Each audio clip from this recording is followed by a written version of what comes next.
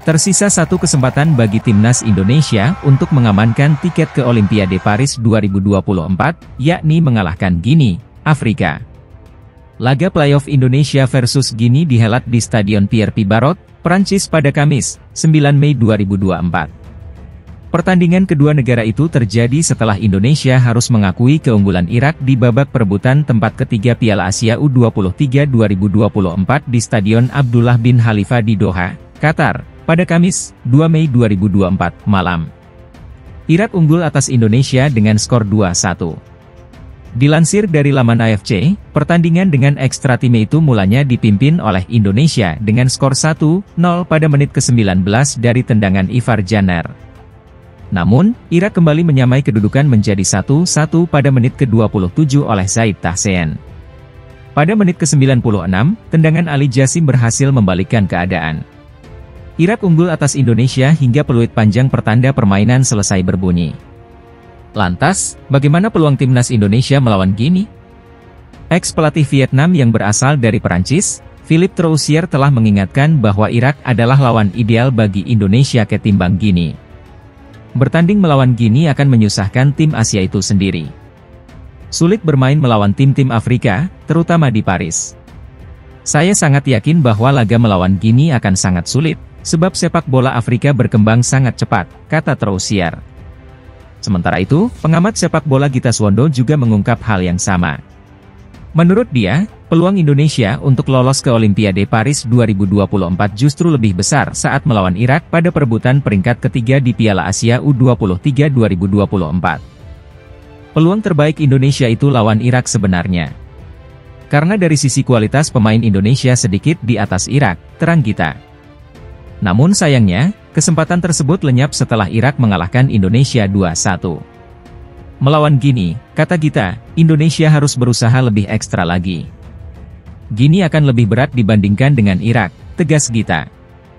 Dalam pertandingan Indonesia versus Gini, tim dari Afrika itu akan lebih banyak diuntungkan. Gita menjelaskan, timnas Gini hanya kalah adu penalti dari Mali pada saat perebutan tempat ketiga Piala Afrika U23 2023.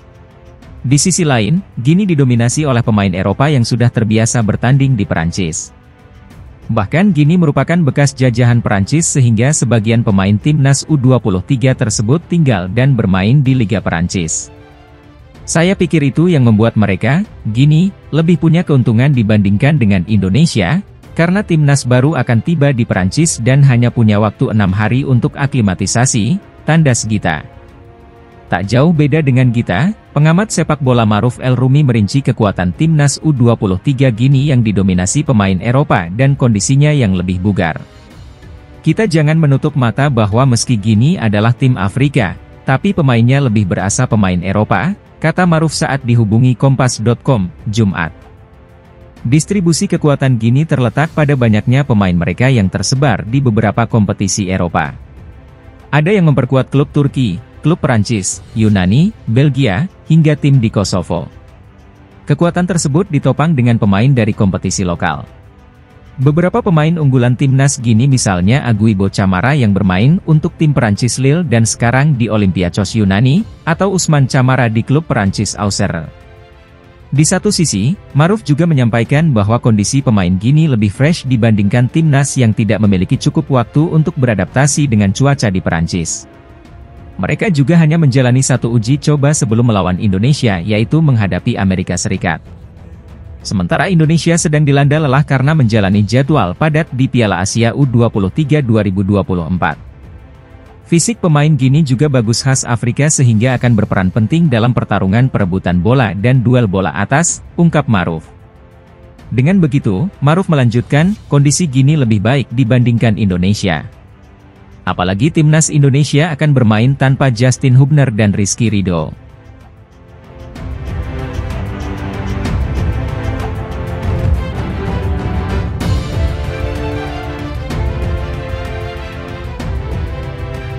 Shin Tae-yong membeberkan fakta soal level individu pemain-pemain Timnas Indonesia U23 ketika ditanya performa skuad Garuda Muda yang tidak stabil.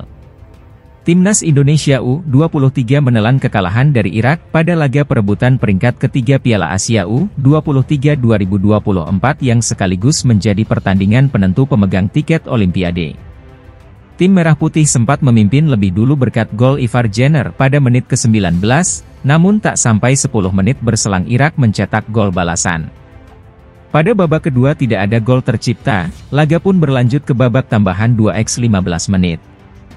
Gol Ali Jassim pada menit ke-96 menjadi pembeda dalam laga di Stadion Abdullah bin Khalifa, Doha, Qatar. Usai pertandingan, Shin mendapat pertanyaan dari wartawan Irak soal performa anak asuhnya yang terlihat menurun pada babak kedua. Saya pikir Irak main bagus di babak kedua tentunya, mungkin itu alasannya. Tapi Anda bisa lihat pemain kami di setiap pertandingan, tim kami tidak semua solid secara individu, ada level performa yang berbeda, ucap Shin. Hampir di setiap pertandingan, kecuali 1-2 pemain, kami menempatkan pemain yang sama sebagai pemain inti. Jadi sulit mempertahankan level kebugaran, mungkin itu jawabannya, jelasnya melanjutkan. Selain kiper yang lazim tidak diganti dan kerap mempercayai Hernando Ari, pelatih asal Korea Selatan itu memiliki pemain langganan seperti Rizky Ridho, Justin Hubner, Ivar Jenner, Pratama Arhan, Nathan Choeaon, Marcelino Ferdinand, Witan Sulaiman dan Rafael Struijk. Pemain andalan tersebut selalu menjadi pilihan Shin, kecuali jika berhalangan seperti ketika Ridho dan Jenner mendapat kartu merah. Sementara ada beberapa pemain yang dipasang bergantian seperti Muhammad Ferrari, Komang Teguh Trisnanda, Rio Fahmi, Fajar Fatur Rahman, Jim Kelly-Schroyer. Selain itu ada pula yang termasuk kategori pelapis seperti Ihsan Nul Zikrak, Arhan Fikri, Doni Tripamungkas, dan Arhan Fikri.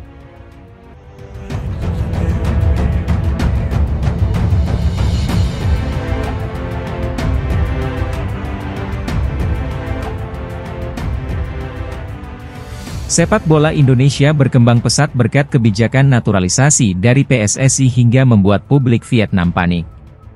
Timnas Indonesia mengungguli Vietnam dalam perburuan tiket putaran ketiga kualifikasi Piala Dunia 2026. Di sisi lain, Timnas U23 Indonesia mencapai semifinal Piala Asia U23 2024 dan tengah memperebutkan tiket Olimpiade Paris 2024. Transformasi pesat tersebut merupakan hasil dari program naturalisasi PSSI di bawah kepemimpinan Erick Thohir. Terbaru, PSSI telah menyelesaikan proses naturalisasi Martin Paes, yang memiliki darah Indonesia dari sang nenek. Kiper berusia 25 tahun itu pernah bermain untuk tim nasional Belanda di kelompok usia U19 hingga U21. Kehadiran kiper FC Dallas itu menambah panjang daftar pemain keturunan di Timnas Indonesia. Namun, proyek naturalisasi PSSI tidak berhenti di situ dengan sejumlah nama lain tengah menjalani proses yang sama. Perkembangan pesat tim Merah Putih dengan hadirnya pemain keturunan tampaknya membuat publik Vietnam panik.